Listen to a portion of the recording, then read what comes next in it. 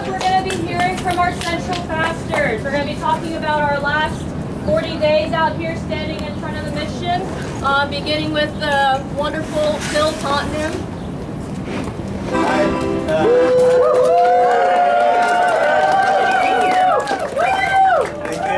Phil Tottenham, Marine Corps veteran, member of Veterans for Peace.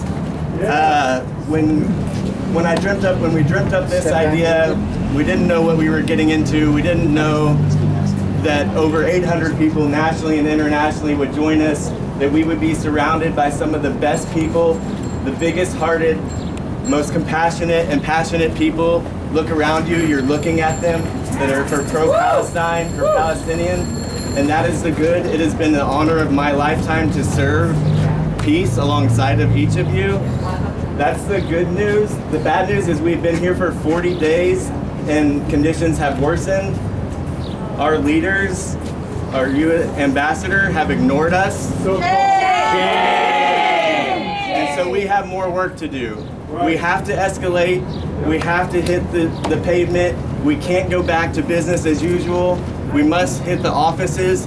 We must disrupt, agitate, and make our voices heard now, louder than ever before. All right. Shut it down. We have Vietnam veterans that have been doing this for far too long against the white settler colonial war machine, and it is still going on, and we're going to end this. We're going to shut it down. No justice, no peace, until liberation. Free Palestine. Shut it down. Shut it down. Shut it down. Shut it down. Shut it down. Shut it down. Shut it down. Shut it down. All right. I'm Kenneth Ash. I'm a veteran of the U.S. Army in the American War in Vietnam. I experienced, I was a 19-year-old kid that didn't know shit when I went there. What I saw was, instead of an enemy, I saw innocent rice farmers living in grass huts, and I couldn't understand why the heck I was supposed to hate these people. I've come to understand that all human life is worthwhile. All human life deserves respect. When I hear about people suffering because of oppression over greed, the greed, money grab, power grab, it just pisses me off because I've seen too much of it already.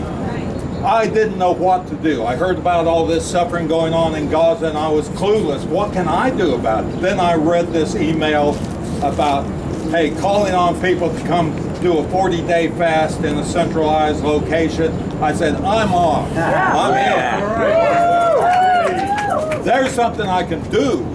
And I had no idea whether it'd make any kind of a difference or not.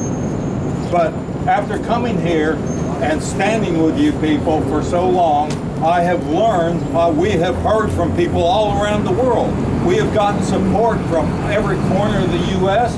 We've gotten support from, I heard a letter from a woman in Palestine thanking us so much for our action, what we're doing, how grateful she was to know that there were people in the U.S. supporting them and helping them and doing something concrete, meaningful. And I am overwhelmed by the opportunity to serve my humanity, serve other people, and try to bring about some measure of positive change in this crazy-ass world we live in. Thank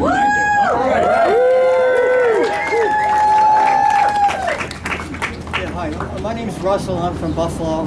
I was in the Marines in 66, 67 Vietnam. Russell, speak softly, so listen loudly. Sorry. When I first went in the service, I knew I had no politics. I didn't know anything about what was going on in the world. I didn't pay any attention to anything. I learned from when I was over there. I saw the outrageous stuff we were doing. It changed me. I spent the rest of my life, but the next 5 years, a week didn't go by when we didn't do some kind of a demonstration, trying to end and make up for what we did. And I was very horrified at the time, and I always had a problem sleeping. Now the problem's back with Gaza. always have trouble sleeping. And but I came here when I heard about the fast. It's like, what a wonderful idea. And so they're not going to care that we're fasting, but people, it will spread, and people will begin to work together to do something. I hope. That's what the hope is. I love everybody I've met. I met some beautiful people here. I mean, it's a really great place to be for 40 days. Not because of them, but because of the people that come. It was really wonderful. And it's a shame that they're starving all those people. I mean, I was mentioning to somebody the other day that I was really moved by this picture of this baby that just died, like last week or the week before, a 2-month-old baby, and because they haven't allowed any milk in to feed the babies, and they don't allow enough food for the mothers can't produce milk. You have to think about that. That's a pretty outrageous thing, and it's all the Zionists and the U.S. mission. Shame! Thank you. This massacre, this slaughter, this genocide, it's the international litmus test for morality. Yes. We are on the right side. Yes. We are on the right side. Yes. Many of us are not paying taxes this year. End the genocide. Bring back water, homes, and health care. Palestine must be free. Palestine must be free. Cease fire now, we cry. Let Gaza live and thrive. We stand strong in solidarity. Gaza! Gaza! Gaza! Gaza!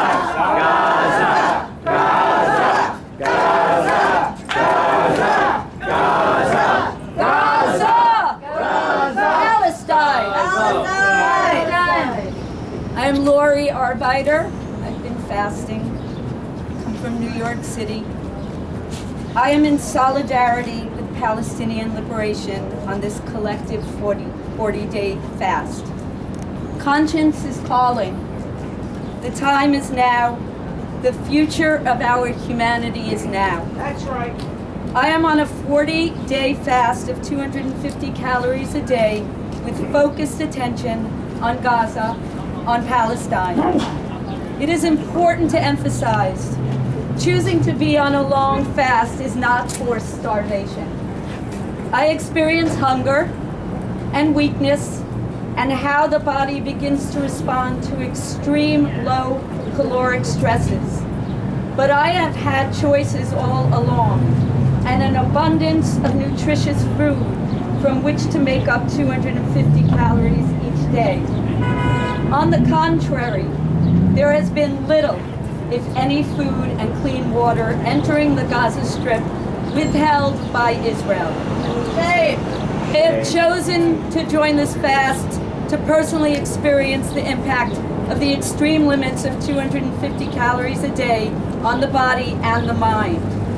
I have chosen to publicly fast in order to speak directly to the cruelty and depravity of forcefully depriving any person of food, sustenance, and nutrition, and urgently now speaking about genocide on the people throughout Gaza by Israeli forces, who have conducted with premeditated intent a final solution: to starve the Palestinian people to death, to remove the people by all means from their land. We are watching unbearable suffering. You cannot cover up genocide. The whole world is watching. We are all bearing witness to Israel starving Palestinians to death. What we are witnessing is beyond words and in the realm of a pathological sadism that brings us all to the depths of depravity and despair.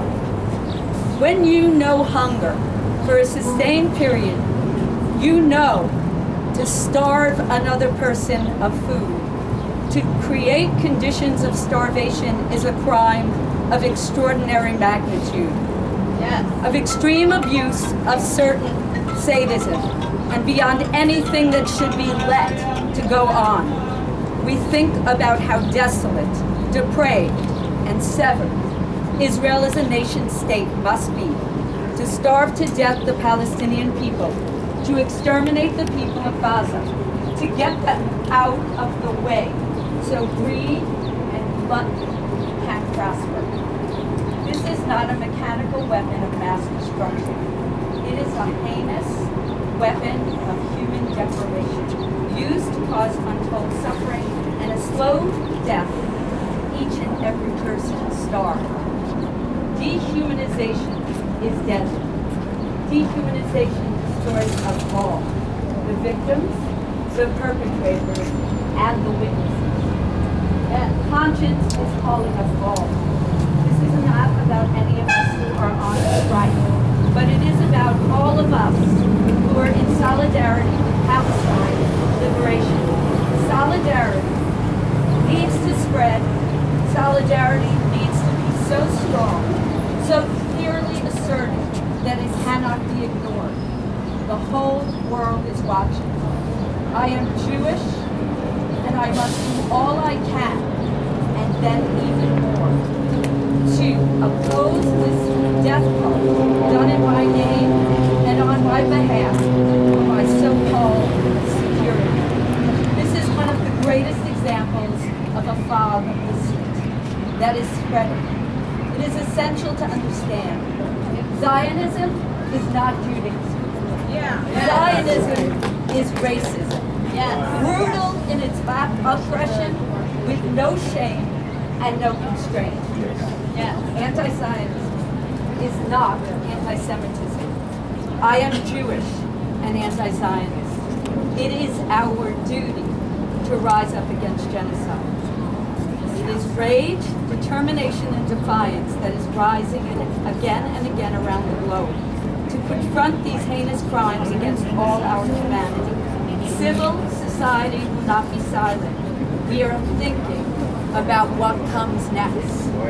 None of us are free until all of us are free. We want Palestine to be liberated, to be free. Free Palestine! Free Palestine!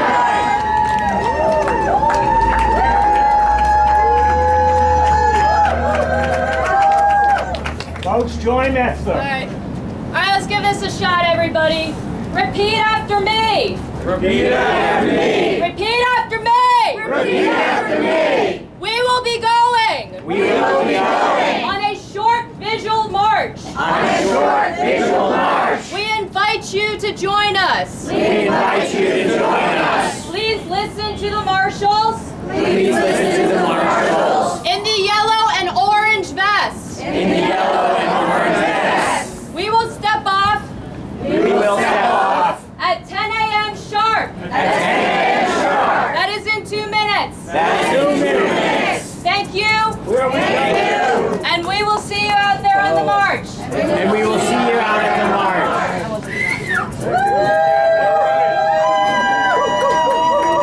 All right, folks. We are going to be heading to East 44th Street. Anthony with the International Law sign is in the very front. Please, single file. This is a sidewalk march. Single file, please leave the sidewalk clear for other pedestrians.